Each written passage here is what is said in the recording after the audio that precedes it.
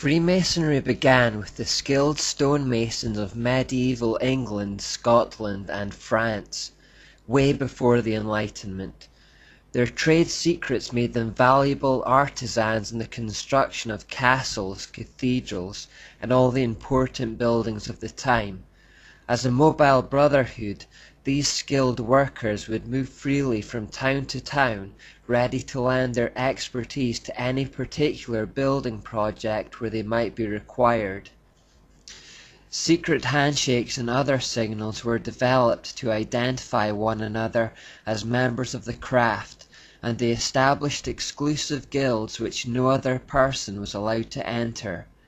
These guilds, called lodges, were primitive types of trade unions that were mainly for protection and credibility. Secrecy within them was necessary in order to monopolize and control the knowledge of the craft. You see, if everyone knew how to do their job, these skilled workers wouldn't be as highly sought after, and this would have an impact on the amount of work they were given and the kind of fees they could command. So even at this relatively innocent stage, we see them trying to control information flows to retain power. Scottish Masons in particular were known to have developed passwords and secret handshakes by the 17th century, and this kind of thing soon spread throughout all the lodges. This wasn't unique to the stonemasons either. Secrecy was commonplace in all types of medieval guild in those days. It was knowledge of a specific skill or craft that gave people prestige and earning power, so they all tried to protect what they knew. This is the relatively innocent origin of Freemasonry, and the period that is now known as operative Masonry, because it was simply about the literal operations of the building trade. As early as the 14th century, however, we start to see sinister glimpses that these lodges had begun to associate on some level with Nimrod. In the latter half of that century, a series of 115 documents called the Old Charges were composed to outline in a formal way the nature, organization, and functions of the craft. A 1425 manuscript shows that Freemasons had begun to trace their origins back to Nimrod as the instigator of the first great building project in world history, the construction of the Tower of Babel. Because of the tower and the fact that Nimrod was renowned as an architect and builder of many great cities within his empire, they began to revere him even at that stage as the originator or father of their craft. Within modern Masonry, therefore, there is still an oath of Nimrod and a charge of Nimrod that initiates are asked to recite and obey. Now remember how I said that religions take on the characteristics of their prophet? Well, that's a rough idea of what happened here.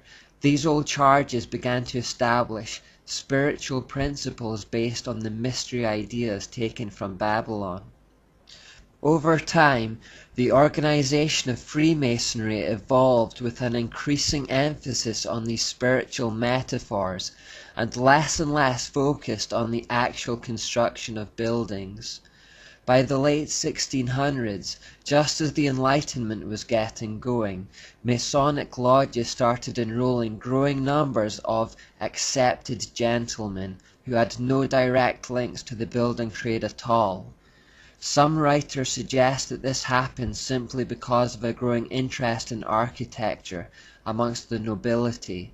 The truth is that there was a growing conviction amongst the populace that these Masonic lodges, with all their secrets and symbolism, were starting to harbour truths handed down from ancient civilizations, and by joining them they may be able to get ahead in the world. By the early 1700s, all of the original emphases on the principles of stonemasonry had been turned into allegories with occult spiritual meaning. To take a random example, unhewn stone was said to symbolize man in his infant or primitive state, rough and unpolished. Polished stone was on the other hand representative of man in the decline of years after a regular well-spent life in acts of piety and virtue which cannot otherwise be tried and approved than by the square of God's word and the compass of his own self-convincing conscience. As illustrated here, tools of the trade such as the square and compass were used to describe spiritual and philosophical ideas.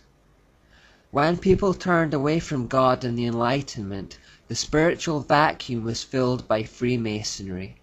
Politicians, scientists, even clergymen, the most influential and powerful enlightened movers and shakers of the day, were the new initiates. Freemasonry stopped being about the operative building trade and instead became what's referred to as speculative, because it had nothing to do with the physical building trade anymore and did instead speculate as to the true spiritual meanings behind the original symbols. The interest in Nimrod and Babylon had taken over their whole organization.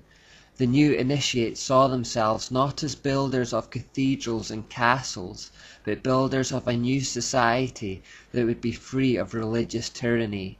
It would be based on the so-called enlightened truths handed down from ancient times. The first Grand Lodge of Freemasonry was established in 1717, and this is generally held to be the official beginning of speculative Masonry. Freemasonry at this point effectively became the Church of Deism. It was also from this point that Freemasonry effectively became the truest form of the ancient mysteries in the world, having gathered ancient wisdom from all the mystery religions throughout history. Freemasonry then leads us on to the infamous Illuminati.